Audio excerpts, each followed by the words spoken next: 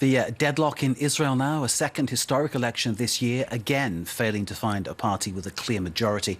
While definitive results are still awaited, there's an interesting pattern emerging. After a low turnout in April's election, Israeli Arab voters turned out in great numbers to cast their votes on Tuesday.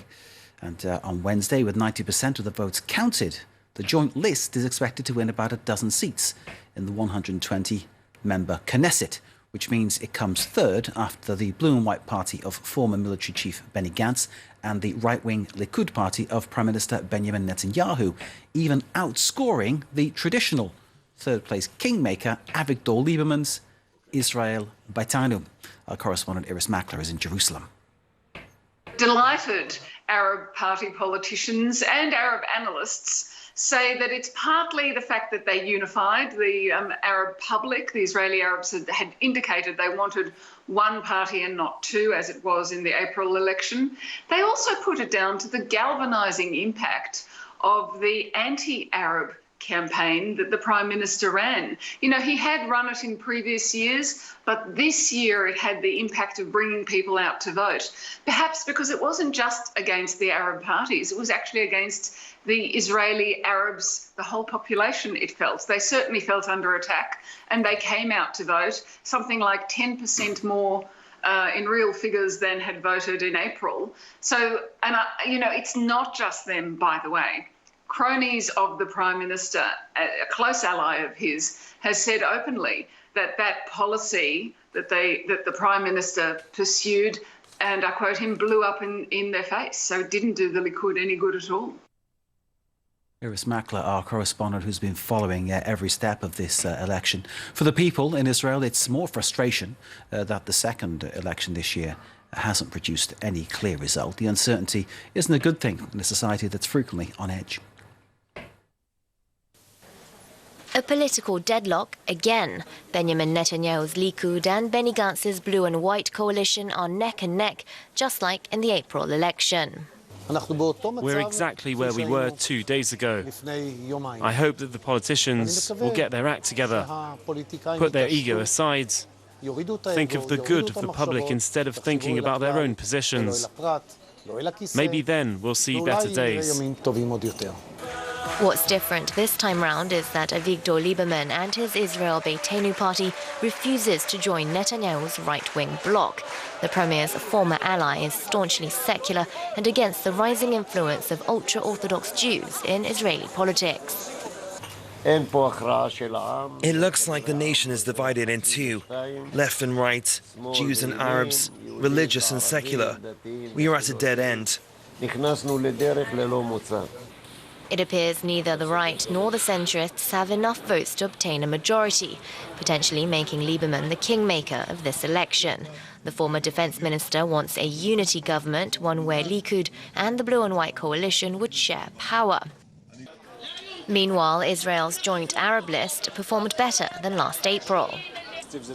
Recent provocations by Netanyahu and his right-wing allies led to slightly more Arabs voting. We hope that our people can understand that the only answer is to go and vote, so we can increase our number of representatives. The joint list is set to be the third biggest party in the incoming Knesset.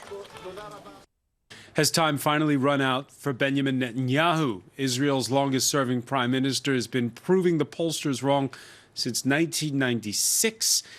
This time, the ballots really don't seem to add up in his favor.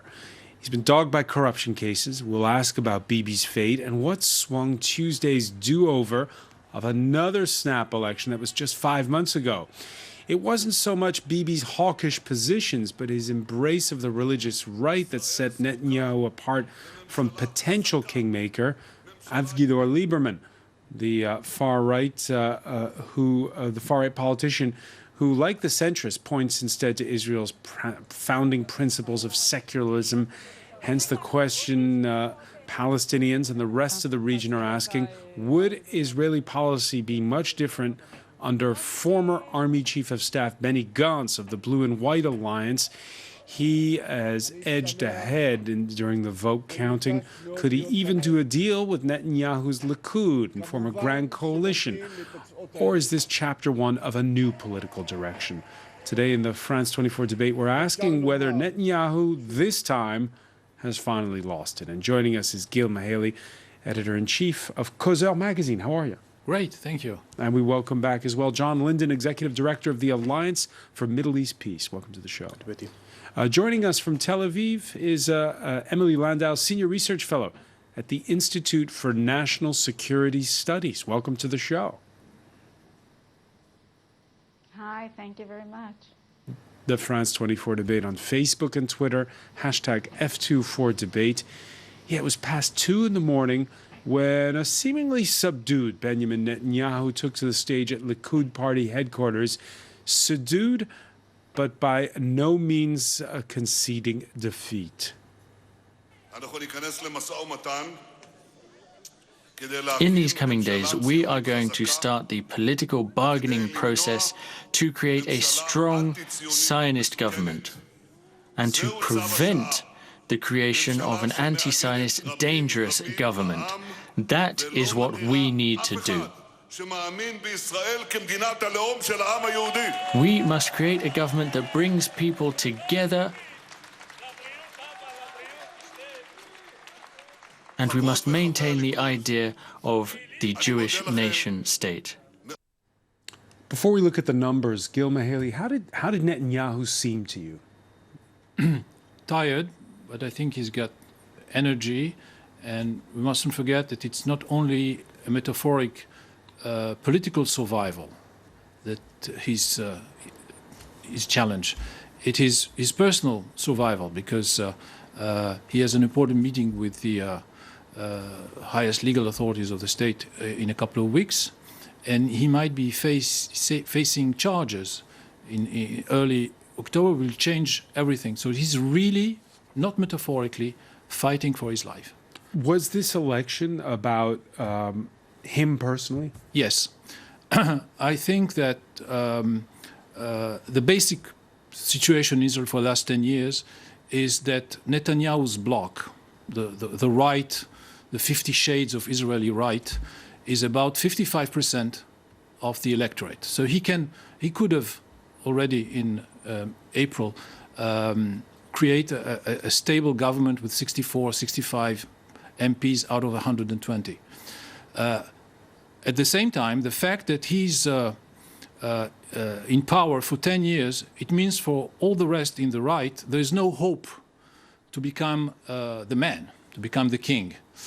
And so when Avigdor Lieberman realized that his gold mine, I mean the Russian immigration, is dwindling, and it's dwindling because Russians are integrated in Israeli society, and anthropologically and from the sociological, political point of view, they behave like Israelis. They have 3 children instead of 1. They consume like Israelis, and they vote like Israelis. So his public is no longer his own. People vote for the right, for the left, for the center, for the religious. They vote like Israelis, and he saw an opportunity to go for the kill, because the only real enemy of Netanyahu in Israel is Bibi. It's really a Greek tragedy. He had it all, and he is the only responsible for the fact that he's in deep trouble today. Emily Landau, our Jerusalem correspondent, telling us earlier that people telling her time and again during this campaign that they're not used to in Israel having the prime minister criticizing the police, criticizing the judiciary, and that this shocked people even within his own camp. Definitely. I think this is a big part of what's happened in the past years. Netanyahu has been prime minister, this time I'm leaving aside from 1996, for 10 years. He began as a pretty okay prime minister, but as he moved government to government, he started getting, I would say, a little bit drunk with power. He started getting very paranoid. that, you know, there are all these elements against him, that the media is against him, and that the police are against him, and that all of these elements are ganging up and unfairly criticizing him. And he's surrounded by these enemies that won't relent, and the Likud supporters must come together to ensure that he continues his rule. Unfortunately, he has begun to act like more like a king than a prime minister, and this has turned off many, many Israelis. In addition to this, he's done a lot to encourage, unfortunately, divisiveness in Israeli society, among different groups, pitting one group against the other. And all of this, I think, is, there are the hardcore Likud supporters who, for them, it's always Bibi no matter what. And I would assume that some in the Likud party are also feeling that, they're not really in tune with these new messages from Netanyahu. But certainly, for the rest of the population, there's a lot of dissatisfaction, not to mention the indictments and what's hanging over his head, that with October 3rd is a very important date, and very important date. Let me ask you, Emily Landau. Let me ask you immunity. Let me ask you at this point, because let's look at the numbers now. With earlier there was 90% of the vote counted. Remember, 61 is the magic number to form a coalition. We can call up those numbers. 32 seats for that blue and white centrist alliance led by the former Army Chief of Staff Benny Gantz. 31 for Likud. And then if you break them down under coalitions, Netanyahu and his allies to the hard right on 55 seats. Blue and white on 56. So either way, we don't get to that magic number of 61. What's going to happen? I think that's not a bad thing, because it means that the only way to form a government is to form a unity government. And what Israel needs more than anything at this point is more unity. And it needs a prime minister that will encourage unity and coming together and repairing a lot of the problems in Israeli society that have developed and festered under the Netanyahu government. So I think it's a very good thing that Netanyahu did not get to. If he got to 61, it would be game over. Now he's far from game over. He can give a speech where it sounds like a victory, but clearly this is no victory for Netanyahu. We didn't see the victory scenes yesterday, like we saw back in April. There is a new dynamic in the works. People are skeptical about whether there can be a unity government, and what type of unity government. Would it be with Netanyahu, or would Likud finally come to their senses, I would say, and come together and give Netanyahu the message that someone else needs to take over? They would be able to form a unity government, within a day.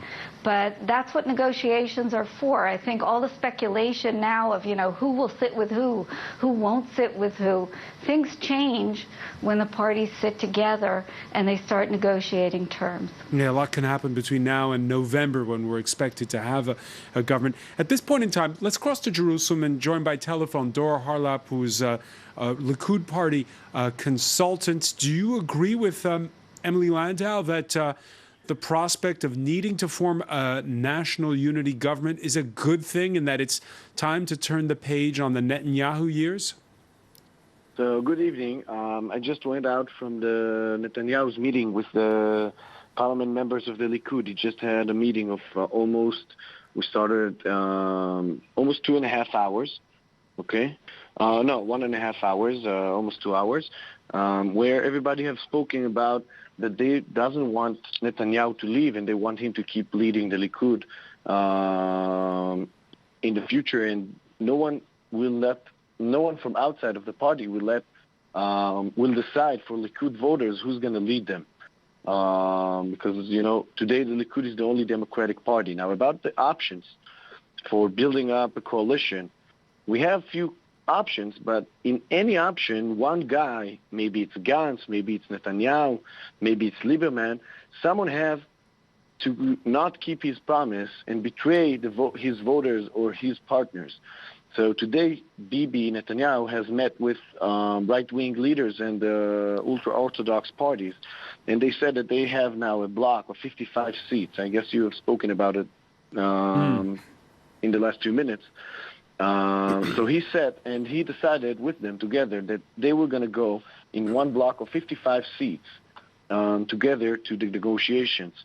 Now, as far as I understand, Netanyahu is doing it because he trusts those people. He knows that he can work with them. He had a very good long term with them for almost 4 years. So let me ask you personally, Dor, what do you personally feel? Would it be better for Likud to break its promise and say, okay, we'll put Netanyahu aside and join a government, or to be in opposition? Which do you prefer?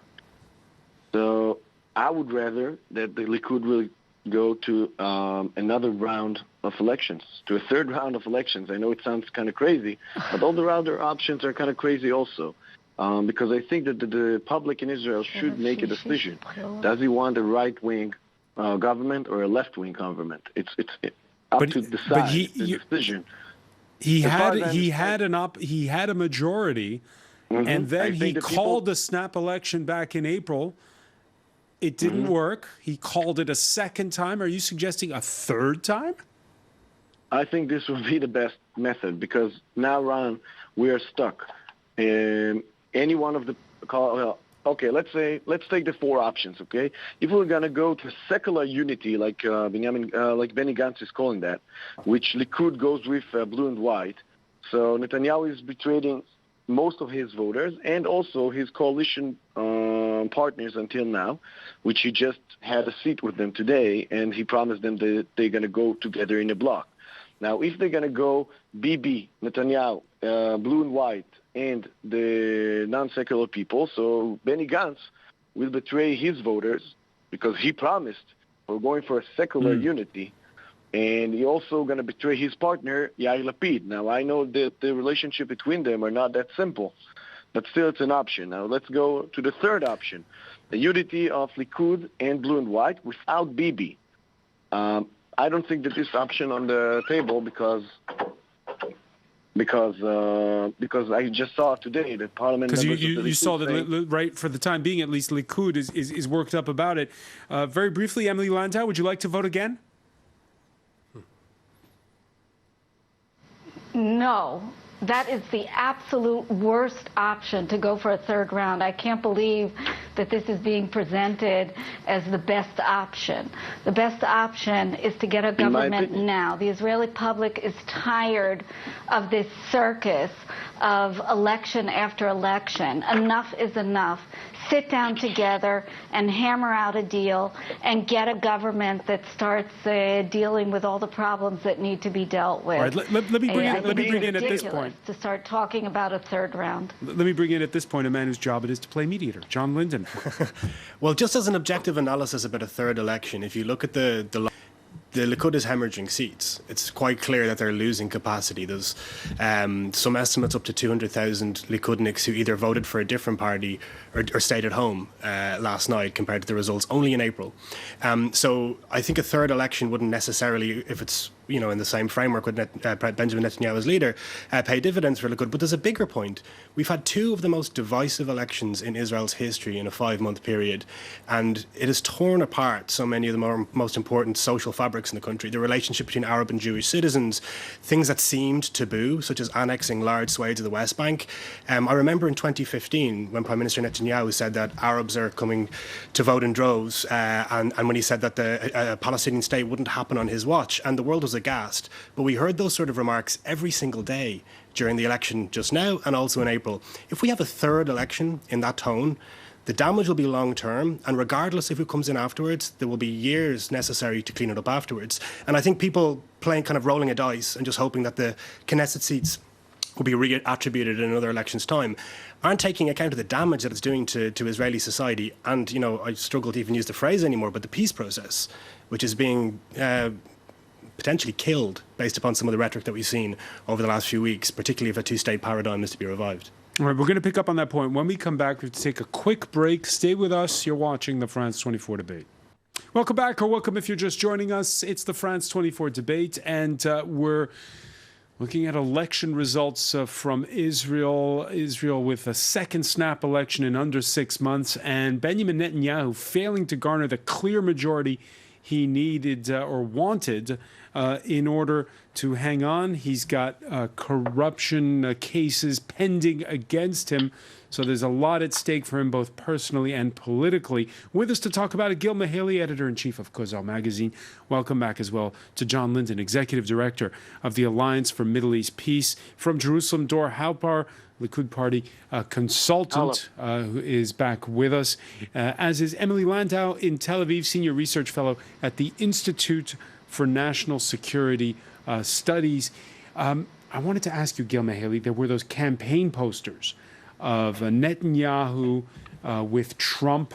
Now that the ballots have been counted, do you think those posters helped or hurt the prime minister? Well, Netanyahu really dominates Israeli politics for the last 10 years. And when we count everything, he's about reached almost 100% of his reservoir because naturally, Lieberman's place is with him in a government, which means that basically he's right. He has a government bloc of about 64, 65, 66 members of parliament. The fact that because of his weakness, because of his judicial problems, Lieberman decided to metaphorically kill him. It's the only thing about that. So Netanyahu casting himself as very close to Trump, that didn't help or hurt him either way. He made, I mean, I think it's quite remarkable that he's election after election, he's scoring around 100% of his reservoir. He's reasoning in a block because, you know, if the Likud gets one or two more places, he will only get two people who will be ungrateful. But if other parties who are natural allies get more votes, he'll have a stable coalition. So he'd rather have 32 and a stable coalition than 35 without a stable coalition. He reasoned like that in the elections of April, and he was right. The only thing that changed is a power equilibrium calculation. It's about persons, and it's about whether or not the leaders of the right will have a clear horizon, whether or not they will get rid of Netanyahu. We are at the beginning of March, and the Ides of March is getting nearer. And if I were Bibi Netanyahu, I wouldn't turn my back to a member of the Likud in a toga. All right. Dor Harlap, is it all about that decision that's coming up by the Attorney General?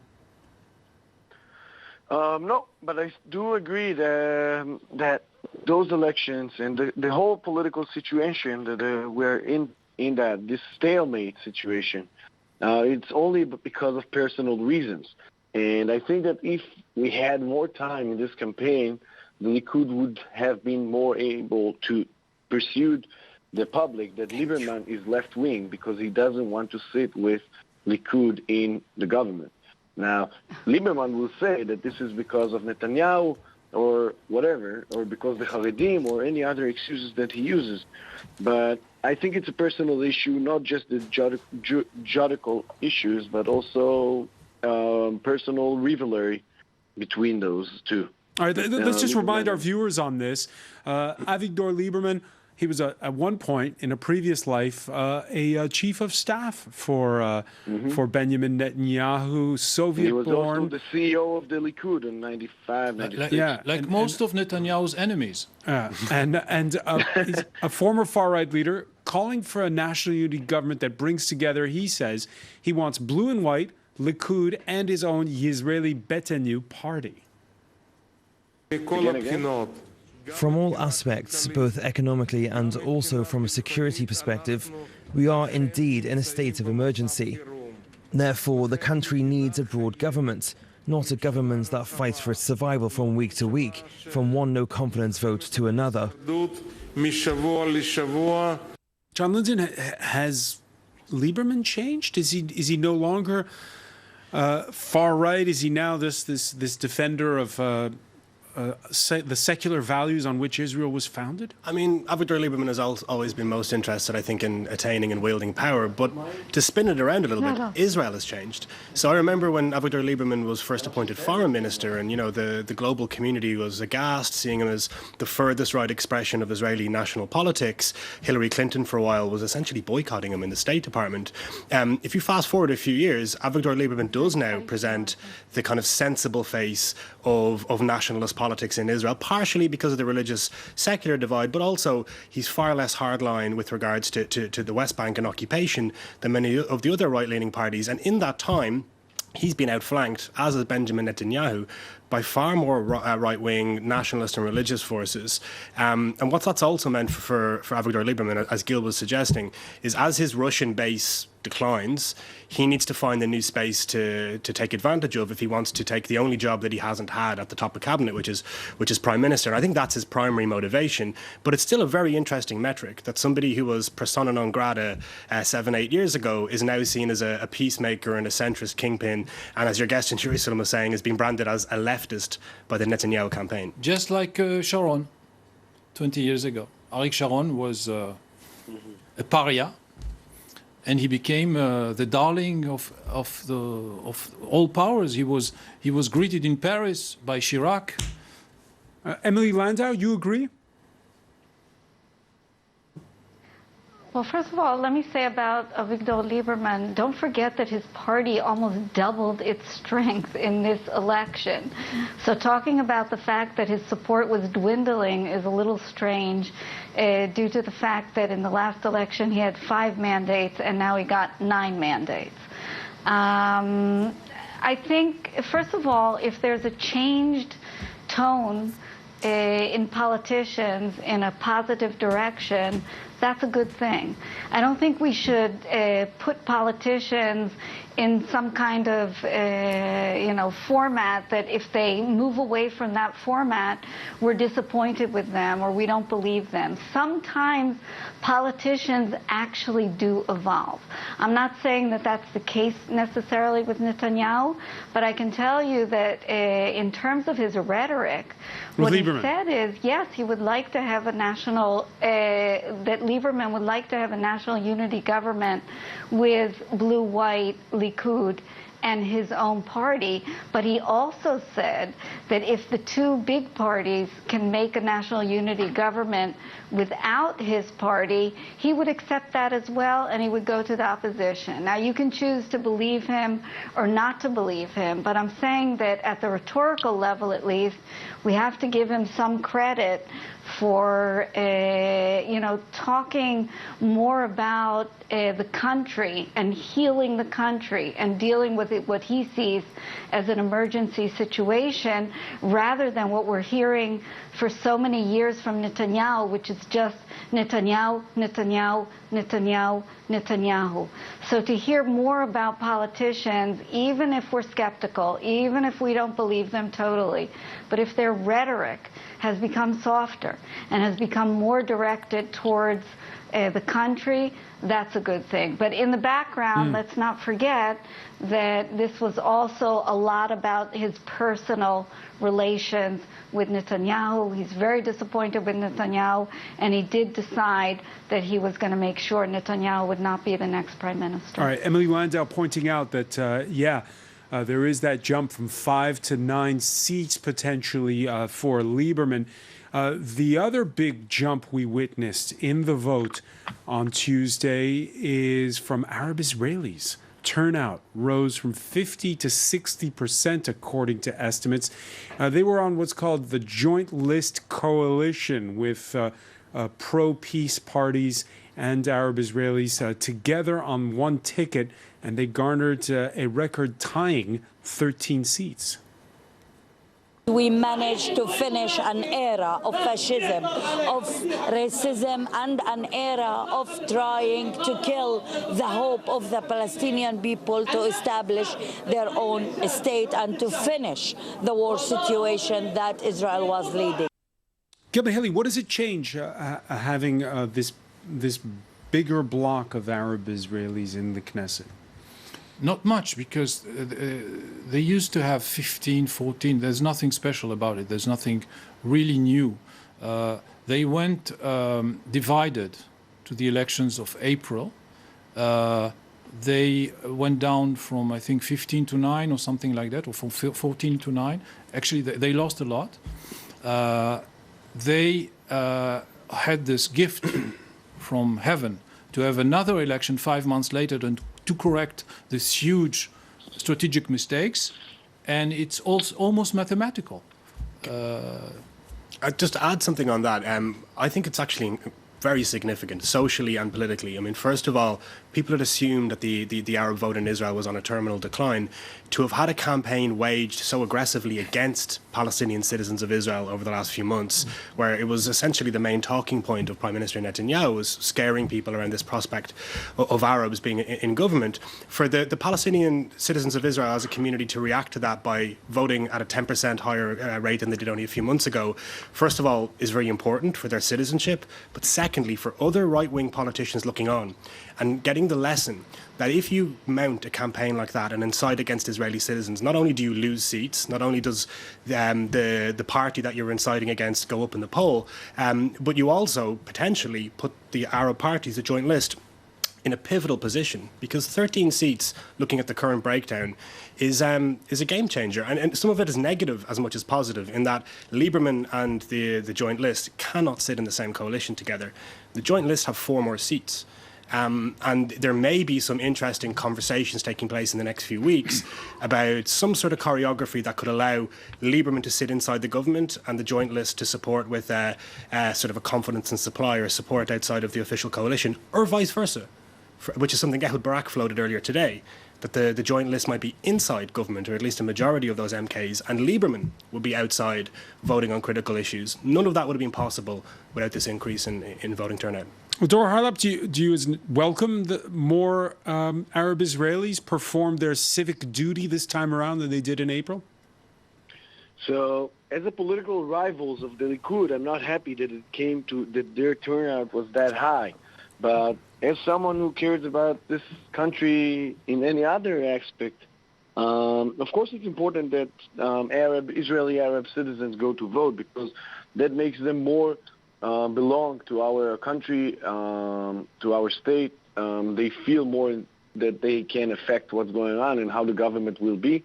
And I think it makes them good citizens and partners for our life here. But as political rivals, that's what made the Likud lose yesterday. So I'm not happy about that. And what about this promise that was made a week before? Can I weigh in on this? Sure, Emily Landau. Let me just say one thing about the Arab parties. I think the tragedy of the Arab parties in Israel is the fact that they're not really representative of the majority of the Israeli Arab population. That there's a lot more satisfaction among the Arab Israelis than you would expect when you hear the politicians speaking. Now, it's not socially acceptable, maybe, not to vote for the Arab parties, but I believe that if there were other socially acceptable alternatives, many would turn to them. They're also put off by the more radical rhetoric that comes from some of the Arab Israeli politicians. In addition, I would say, for example, with regard to Ayman Uda, who made a real effort to reach out and to be part of the system and not to be, excluded and on the sidelines. I wonder why, in his list of demands, he doesn't ask for more, for a bigger budget, for example, for joint Arab-Israeli, Jewish-Israeli activities, for seminars, for high school students to have trips together so that they can really get to know each other and integrate. The whole point is to have the Arab-Israeli citizens be part of Israeli society and not be, this separate sort of a ghetto. But we never hear that from the politicians, that they're actually interested in finding ways to be more integrated into Israeli society, to get Jewish Israelis and Arab Israelis to really get to know each other better and to have even better relations than many actually have without this finding expression, unfortunately, in the media. John Linden? So I agree with Emily about the need for this, but I do disagree that necessarily Ayman Odeh personally and the Joint List have been preventing this from taking place. So, Ayman Odeh himself comes from an organization, Sikui, a member of OMEP, which pushes for Jewish and Arab integration and for shared society inside Israel. Yeah, it's his bread and butter. He in this campaign, and I don't represent Ayman Odeh, and there's many elements of the Joint List, for example, their position in Syria and Assad, that I really disagree with. But during this election, Ayman Odeh spoke directly to Jewish Israelis in the last few days particularly and said, we want to be your partner. We have a lot of common ground. And critically, he broke a huge taboo inside Arab society in Israel by saying they wanted to be in government. Today, he has said that he's willing to recommend Benny Gantz as candidate for Prime Minister to President Rivlin. These are unprecedented measures for a leader to take in that community and should be incentivized and rewarded and encouraged. Gil Mehaly? What's interesting about all that is that under Netanyahu's successive governments, Israel is invested, the state has invested unprecedented sums of money in the Arab communities, enormous amounts of money. So at one point, as a professional prime minister between elections, Netanyahu was quite a good leader for the Arab population. As a campaigner, just be clear, Arab Israelis, not for the Palestinians in the West Bank or Gaza. I'm talking about citizens of Israel here, that are affected by the Israeli budget. Yeah. So he was a good prime minister for the Arab citizens of Israel, but when he becomes a campaigner, he's their worst enemy. And this is one of the things that is so interesting about him. Everyone did that. He has something of a Nixon. This folly, almost, paranoia, and this capacity to move from a discussion where he's sympathetically looking at the demands of the Arab population for housing, for employment, for police, for security, for infrastructure, and then going out and saying terrible things that he doesn't believe He's not a saying second. Terrible things. Excuse me, he doesn't say terrible things. He treats them as political rivals, that he doesn't want them to come vote in large numbers. That's all. Don't make it a different thing. I was working in the Likud's campaign now, okay, except of one thing that someone have said, and I think he got fired because of that, about Arabs in general. All the rest of the things were about Arabs as political rivals, as people who doesn't want to have Israel as a Jewish state. One final question about this, Gil Mehaly. You had a week before the election this promise by Netanyahu to annex of the Jordan Valley, more than a third of the West Bank. Did that promise hurt him on election day?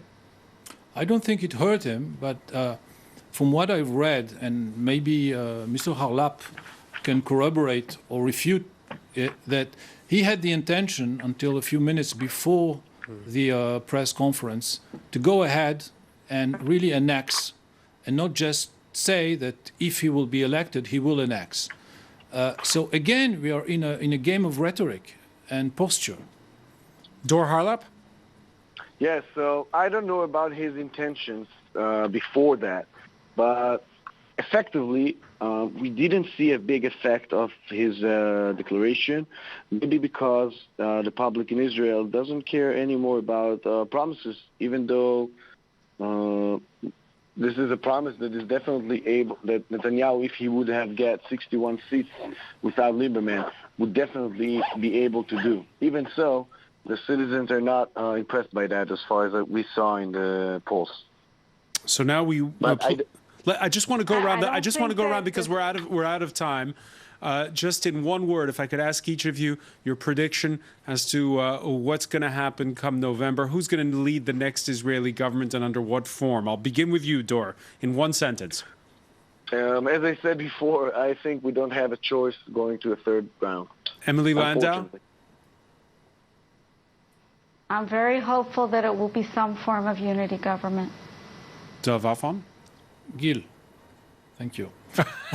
John? A unity government, probably without Benjamin Netanyahu, but we didn't get onto it. That is not good news for the peace process, unfortunately, but maybe on another show we can discuss that. All right, we will have time, of course, between now and November. I want to thank you so much. I want to thank as well Dor Harlap for being with us from Jerusalem, Emily Landau in Tel Aviv, Gil Mihaly. Stay with us. Media Watch is next. And please say hello to Emma James. How are you? Hi there. Yes, not too bad, thank you. Lots and lots of discussion of this online, as you would expect, of course. I think it's fair to say, very turbulent and confusing times for everyone. Even the Times of Israel came up with this headline, "Bye-bye Bibi, hello unity," and then the little symbol for a confused person who really just doesn't know, which I thought was quite innovative for a headline. The opening line of this article is, "The only thing we can know is that we know nothing." Now, there is a lot more in that article. It's well worth a read, actually. But moving on swiftly to the kind of things that we're seeing, reactions online. In short, we can sum up the elections in Israel in one sentence. Netanyahu lost, but the centre-left didn't win. And David Frum has this to say: an Israeli election result is sort of like the first offer at the bazaar. Only afterwards does the real haggling start. One phrase that we are seeing over and over again in tweets and in headlines is the end of the Netanyahu era. Some people putting a question mark in there, some people not bothering, some people putting a maybe. The New York Times went with this, the end of the Netanyahu era. It's an opinion piece from Shmuel Rosner. It's been trademarked since 1996, by the way. This and what he says here is the dynamics that kept him there for a decade have shifted under his feet. This is a seismic change for Israeli politics. Although he does add the rider, the fog of battle is still thick this morning, i.e. we really don't know what's happening. It's a rather poetic way of putting it. The Middle East Eye has this: whatever comes next, the Netanyahu era as we know it is over. Very similar message. And what they're saying is that even if he somehow clings to power, his era is over, because whatever happens next, he's probably not going to be there for very long. What they do say is that had Netanyahu won, Israeli democracy would have taken a fatal blow. For now, at least, it's being kept on a life support machine. Haaretz, as well, these more liberal Israeli publication, had this to say: maybe, just maybe, the age of Netanyahu has come to an end. And they talk about the fact that a Likud blue and white alliance could be a breath of fresh air. They're quite positive about the idea of that, and saying that the increasingly turbulent, divisive and hateful atmosphere that accompanies Netanyahu wherever he goes would go if that could be put together successfully. I love this front page from the British publication Jewish News, a very typically British take on it. Be Brexit, they ask. Deadlock puts PM on the brink. Netanyahu himself, though, Benjamin Netanyahu, very defiant on all of this. He's spoken. This was he's tweeted this today. It came from the beginning of a Likud meeting where he said that they unanimously decided that they should go together to negotiate a government led by me. So he's unequivocal. Okay. His intention is to be at the head of whatever government is formed next. Even Israel Hayom, which is very much in Netanyahu's corner, has this opinion piece saying now is the time for unity. They've never wanted that idea before. They are still saying that Benjamin Netanyahu should be at the head of it. But perhaps even more interestingly, and this is the only place I've seen this being reported, is that Avigdor Lieberman, who did pretty well out of yesterday's poll and is expected to be the kingmaker or perhaps kingbreaker, depending on what happens next, according to this newspaper, he is actually working to get Netanyahu removed from the head of the party. But what they also report in this piece is that Likud officials met last night after those exit polls came out to discuss just that, ways in which they could remove Benjamin Netanyahu from the head of the party. Now, most of the senior members of the party have come out in support of him subsequently, but it's interesting that that discussion was had, and perhaps even more interesting that it's been printed in a newspaper that is normally so supportive of Benjamin Netanyahu. Final word on this. If anyone is watching this, it's unlikely anyone's watching this debate and thinking Israel doesn't matter. But just in case anyone is, I think this tweet sums up very nicely one of the most important issues at hand. How Israel forms its government over the next 8 weeks may well determine whether America enters its most ill-advised war since Vietnam. In other words, this is everything. Really, Israel has that much pull. You agree with that, Gil Mihaly, that when it comes to the conflict with Iran? No, I don't think so. I think that Washington does have the hand on the wheel. All right, Washington has the hand on the wheel. We'll, of course, talk to you about Iran in another episode. I want to thank you so much, Emma James. I want to thank our panel once again.